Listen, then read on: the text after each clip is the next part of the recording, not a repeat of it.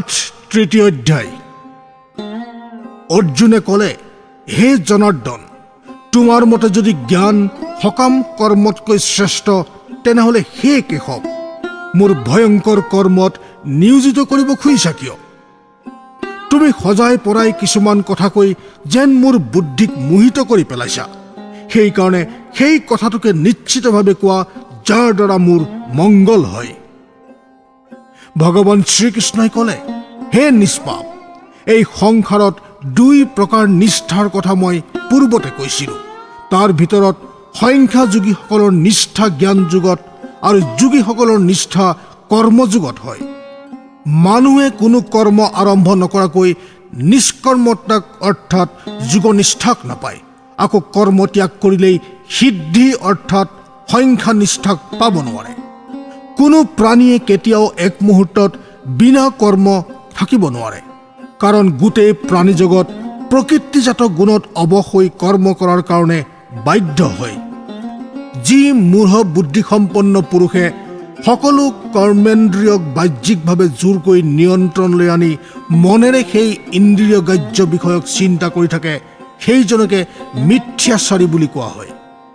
কিন্তু হে অৰ্জুন, যিজন পুৰুষে মনেৰেও ইন্দ্ৰিয়সমূহক নিজৰ বশলৈ আনি অনাসক্ত হৈ সকলো ইন্দ্ৰিয়ৰ দ্বাৰা কৰ্মযোগৰ আচৰণ কৰে, সেইজনেই শ্ৰেষ্ঠ পুৰুষ। গতিকে তুমি নিৰ্ধাৰিত কৰ্ম কৰা, কাৰণ অকৰ্মতকৈ কৰ্ম কৰা শ্ৰেয়। আনহাতে কৰ্ম নকৰিলে তোমাৰ শৰীৰ নিৰ্বাহো নহ'ব। যজ্ঞৰ নিমিত্তে কৃতকৰ্মৰ অতিৰিক্ত আন কৰ্মত মুক্ত হৈ মনুষ্য কৰ্ম বন্ধনত পৰে। সেইকাৰণে হে অৰ্জুন, তুমি আসক্তিৰহিত হৈ সেই যজ্ঞৰ প্ৰয়োজনত কৰ্ম সম্পাদন কৰা। প্ৰজাপতি ব্ৰহ্মাই কল্পৰ আদিতে যজ্ঞৰ সৈতে প্ৰজাক সৃষ্টি কৰি ক'লে, তোমালোক এই যজ্ঞৰ দ্বাৰা সমৃদ্ধ হোৱা, আৰু এই যজ্ঞই তোমালোকক অভীষ্ট ভোগ সম্পদ প্ৰদান কৰিব। তোমালোকে যজ্ঞৰ দ্বাৰা দেৱতাসকলক সম্বৰ্ধনা কৰা, আৰু তেতিয়া এই দেৱতাসকলে তোমালোকক পোষণ কৰিব। এইদৰেই নিস্বাৰ্থভাৱে পৰস্পৰ সম্বৰ্ধনাৰ দ্বাৰা তোমালোকে পৰম কল্যাণ লাভ কৰিবা হওক। এইদৰে যজ্ঞৰ দ্বাৰা সংবৰ্ধিত দেৱতাসকলে তোমালোকক নিশ্চয় অভীষ্ট ভোগ সম্পদ প্ৰদান কৰি থাকিব। কিন্তু দেৱতাসকলক একো নিদি যিজনে দেৱতাই দিয়া সম্পদ নিজে ভোগ কৰে, সেইজন বাস্তৱিকতে চোৰ। যজ্ঞৰ অৱশিষ্ট অন্ন ভোগ কৰা শ্ৰেষ্ঠ পুৰুষসকলে সকলো পাপৰ পৰা মুক্ত হৈ যায়, আৰু যি পাপীয়ে নিজৰ শৰীৰৰ পোষণৰ কাৰণেহে অন্ন তৈয়াৰ কৰে, সি আচলতে পাপকহে ভক্ষণ কৰে। সম্পূৰ্ণ প্ৰাণীজগত অন্নৰ পৰা উৎপন্ন হৈছে। বৃষ্টি যজ্ঞৰ পৰা উৎপন্ন, আৰু যজ্ঞবিহিত কৰ্মৰ পৰা উৎপন্ন হৈছে। সমস্ত কৰ্মক তুমি বেদৰ পৰা আৰু বেদক অবিনাশী পৰমাত্মাৰ পৰা উৎপন্ন হোৱা বুলি জানিবা। ইয়াৰ পৰাই স্পষ্ট সিদ্ধ হয় যে সৰ্বব্যাপী পৰম অক্ষৰ ব্ৰহ্ম সদায় যজ্ঞতেই প্ৰতিষ্ঠিত হৈ আছে। হে পাৰ্থ, যিজন পুৰুষে ইহলোকত এনে পৰম্পৰাৰ দ্বাৰা প্ৰচলিত সৃষ্টি চক্ৰৰ অনুসৰণ নকৰে, অৰ্থাৎ নিজ কৰ্তব্য পালন নকৰে, সেই পাপজীৱীজনে ইন্দ্ৰিয় সুখৰ অধীন হৈ ব্যৰ্থভাৱে জীৱন নিৰ্বাহ কৰে। যিজন পুৰুষে আত্মাতেই আনন্দ পায় আৰু আত্মাতেই তৃপ্ত তথা আত্মাতেই সন্তুষ্ট হয়, সেইজনৰ কাৰণে কোনো কৰ্তব্যই নাই। সেই মহাপুৰুষজনৰ এই বিশ্বত কোনো কৰ্ম কৰাৰ প্ৰয়োজনটো নায়েই, কৰ্ম নকৰাৰ কোনো প্ৰয়োজন নাই। তাৰোপৰি সমস্ত প্ৰাণীজগতৰ লগতো এইজনৰ অকণমানো স্বাৰ্থৰ সম্পৰ্ক নাথাকে। সেইকাৰণে সদায় কৰ্তব্য কৰ্ম যথাযথ সম্পাদন কৰি যোৱা, কাৰণ আসক্তিৰহিত হৈ কৰ্ম কৰি থকা মনুষ্যই পৰমাত্মাক পায়।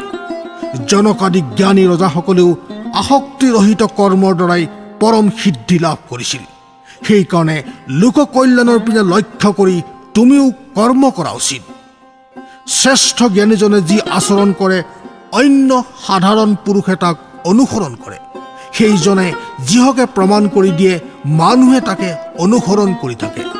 হে অৰ্জুন, এই ত্ৰিলোকত মোৰ এনে একো নাই যি মই কৰিব লাগে। মই পাবলগীয়া এনে কোনো বস্তুও নাই যি মই পোৱা নাই, তথাপি মই কাম কৰি আছো। কাৰণ হে পাৰ্থ, কেতিয়াবা যদি সাৱধান হৈ কৰ্মত প্ৰবৃত্ত নহওঁ তেতিয়া অত্যন্ত ক্ষতি হ'ব। মনুষ্যই সকলো প্ৰকাৰে মোৰেই পথ অনুসৰণ কৰি থাকে। সেইকাৰণে যদি মই কৰ্ম নকৰোঁ তেনেহ'লে এই সকলো মনুষ্য নষ্ট ভ্ৰষ্ট হৈ পৰিব আৰু মই সংকটকাৰী তথা সমস্ত প্ৰজাৰ বিনাশকাৰী হ'ম। হে ভাৰত, কৰ্মত আসক্ত অজ্ঞানীজনে যেনেকৈ কৰ্ম কৰি যায়, আসক্তিৰহিত বিদ্বানজনেও লোককল্যাণ হেতু তেনেকৈ কৰ্ম কৰিব লাগে।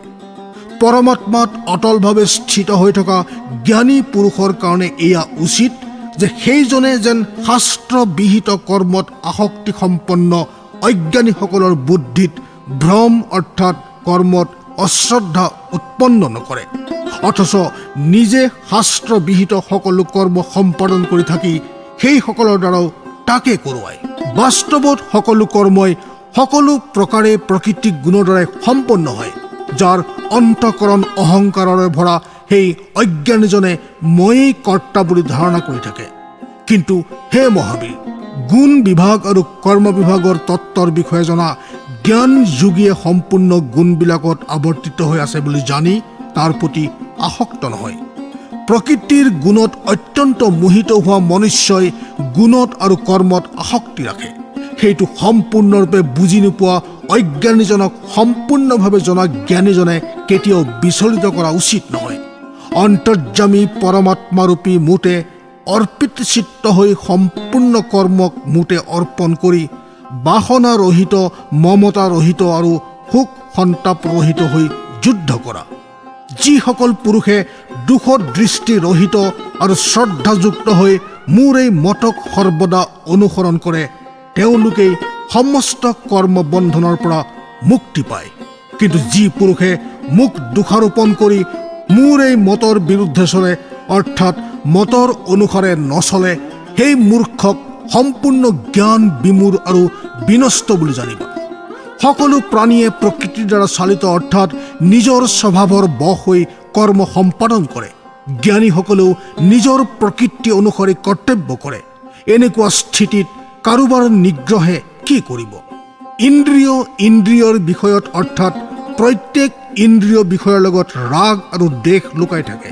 মনুষ্য এই দুয়োটাৰ বশ হোৱা উচিত নহয়, কাৰণ এই দুয়োটাই মনুষ্যৰ কল্যাণ মাৰ্গত বিঘিনি অনা প্ৰধান শত্ৰু। উত্তম আচৰণযুক্ত পৰধৰ্মতকৈ গুণৰহিত হ'লেও নিজ ধৰ্ম শ্ৰেষ্ঠ। নিজৰ ধৰ্মত মৃত্যু কল্যাণকাৰক, কিন্তু পৰধৰ্ম ভয়াৱহ। অৰ্জুনে ক'লে, তেনেহ'লে হে কৃষ্ণ, মানুহে অনিচ্ছা সত্ত্বেও বলপূৰ্বক কাৰ দ্বাৰা নিয়োজিত হৈ পাপ আচৰণ কৰি থাকে? ভগৱান শ্ৰীকৃষ্ণই ক'লে, ৰাজু গুণৰ পৰা উৎপন্ন এই কামেই হ'ল ক্ৰোধ। এই কাম অতৃপ্ত আৰু মহাপাপী। তুমি এই বিষয়ত এই সংসাৰত ইয়াত তোমাৰ প্ৰধান শত্ৰু বুলি জানিবা। যেনেকৈ ধোঁৱাই অগ্নিক, মইলাই দৰ্পণক ঢাকি ৰাখে, যেনেকৈ ফুলে গৰ্ভক আৱৰি ৰাখে, তেনেকৈ কামনা বাসনৰ দ্বাৰা এই জ্ঞান আবৃত্ত হৈ থাকে। আকৌ হে কুন্তি পুত্ৰ অৰ্জুন, জ্ঞানীসকলৰ চিৰশত্ৰু অগ্নিসম সদা অতৃপ্ত কামৰ দ্বাৰা মানুহৰ জ্ঞান আচ্ছন্ন হৈ থাকে। মন, বুদ্ধি আৰু ইন্দ্ৰিয়সমূহক বাসস্থান বুলি কোৱা হয়। এই কামে এই মন, বুদ্ধি আৰু ইন্দ্ৰিয়ৰ দ্বাৰাই জ্ঞানক আচ্ছাদিত কৰি জীৱাত্মাক মোহিত কৰি পেলায়। সেইকাৰণে হে অৰ্জুন, তুমি প্ৰথমতে ইন্দ্ৰিয়বিলাকক বশলৈ আনি জ্ঞান আৰু বিজ্ঞানৰ নাশকাৰক প্ৰধান পাপী কামক সবলে নাশ কৰি পেলোৱা। ইন্দ্ৰিয়সমূহক স্থূল শৰীৰতকৈ শ্ৰেষ্ঠ, বলৱান আৰু সূক্ষ্ম বুলি কোৱা হয়। এই ইন্দ্ৰিয়তকৈ মন, মনতকৈ আকৌ বুদ্ধি শ্ৰেষ্ঠ। আকৌ যি বুদ্ধিতকৈ শ্ৰেষ্ঠ সেয়াই হ'ল আত্মা। এনেকৈ বুদ্ধিতকৈ শ্ৰেষ্ঠ অৰ্থাৎ সূক্ষ্ম, বলৱান আৰু অত্যন্ত শ্ৰেষ্ঠ বুলি আত্মাক জানি আৰু বুদ্ধিৰ দ্বাৰা মনক বশলৈ আনি হে ভাৰতবংশীয় অৰ্জুন, তুমি কামৰূপ দুৰ্জয় শত্ৰুক নাশ কৰা। তৎসদিতি শ্ৰীমদ্ ভগৱদ্গীতা সুপনিষৎসু ব্ৰহ্ম বিদ্যায়ং যোগশাস্ত্ৰে শ্ৰীকৃষ্ণ যোন সংবাদে কৰ্ময়োগ নাম 3 অধ্যায়